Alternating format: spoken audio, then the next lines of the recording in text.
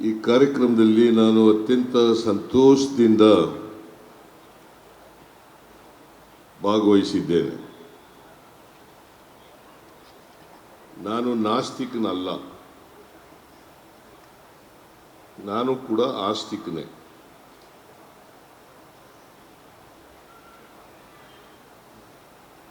ಶ್ರೀರಾಮಚಂದ್ರನನ್ನ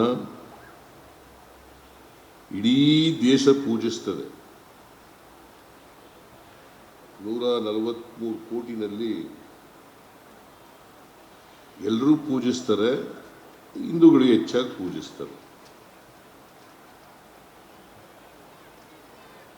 ಕರ್ನಾಟಕದಲ್ಲಿ ಹಳ್ಳಿಗಳಲ್ಲಿ ಶ್ರೀರಾಮಚಂದ್ರನ, ಆಂಜನೇಯನ ದೇವಸ್ಥಾನಗಳಿವೆ.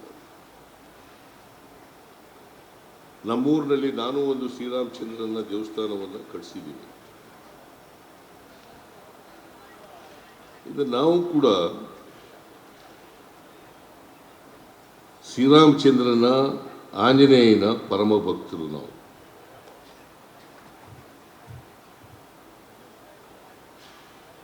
ಯಾವತ್ತೂ ಕೂಡ ದೇವರ ಅಸ್ತಿತ್ವವನ್ನು ನಾನು ವಿರೋಧ ಮಾಡಿಲ್ಲ.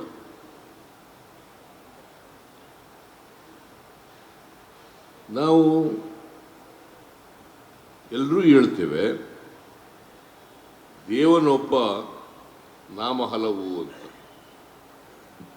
ದೇವನೊಬ್ಬ ನಾಮ ಹಲವು.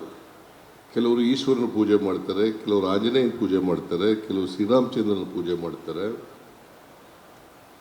ಕೆಲವರು ಬ್ರಹ್ಮನನ್ನ ಪೂಜೆ ಮಾಡ್ತಾರೆ, ಕೆಲವರು ಶ್ರೀಕೃಷ್ಣನನ್ನ ಪೂಜೆ ಮಾಡ್ತಾರೆ, ಕೆಲವರು ಚಾಮುಂಡೇಶ್ವರಿ ಪೂಜೆ ಮಾಡ್ತಾರೆ, ಕೆಲವು ತಿರುಪತಿ ತಿಮ್ಮಪ್ಪನ ಪೂಜೆ ಮಾಡ್ತಾರೆ, ಕೆಲವು ನಂಜುಂಡೇಶ್ವರನ ಪೂಜೆ ಮಾಡ್ತಾರೆ. ಹೀಗೆ ಬೇರೆ ಬೇರೆ ಹೆಸರುಗಳಲ್ಲಿ ದೇವರನ್ನ ಕರ್ಕೊಂಡು ನಾವು ಪೂಜಿಸ್ತಕ್ಕಂಥದ್ದು ಅನಾದಿ ಕಾಲದಿಂದ ಬಂದಿರತಕ್ಕಂಥದ್ದು. ಏನು ಹೊಸದಾಗಿ ಬಂದಿರೋದಲ್ಲ ಇದು. ಅಥವಾ ಹೊಸದಾಗಿ ಶ್ರೀರಾಮ ಟೆಂಪಲ್ ಕಟ್ತಾ ಇರೋದಲ್ಲ. ಅನೇಕ ಕಡೆಗಳಿಗೆ ಕಟ್ಟಿದ್ದೀವಿ, ಕಟ್ಕೊಂಡು ಹೋಗುತ್ತಲೇ ಇದ್ದೀವಿ. ಇವತ್ತು ಕಟ್ತೀವಿ, ನಾಳೆನೂ ಕಟ್ತೀವಿ, ನಾಳಿದ್ದು ಕಟ್ತೀವಿ, ಜಗತ್ತಿರೋವರೆಗೂ ಕಟ್ಟುತ್ತಲೇ ಇರ್ತೀವಿ.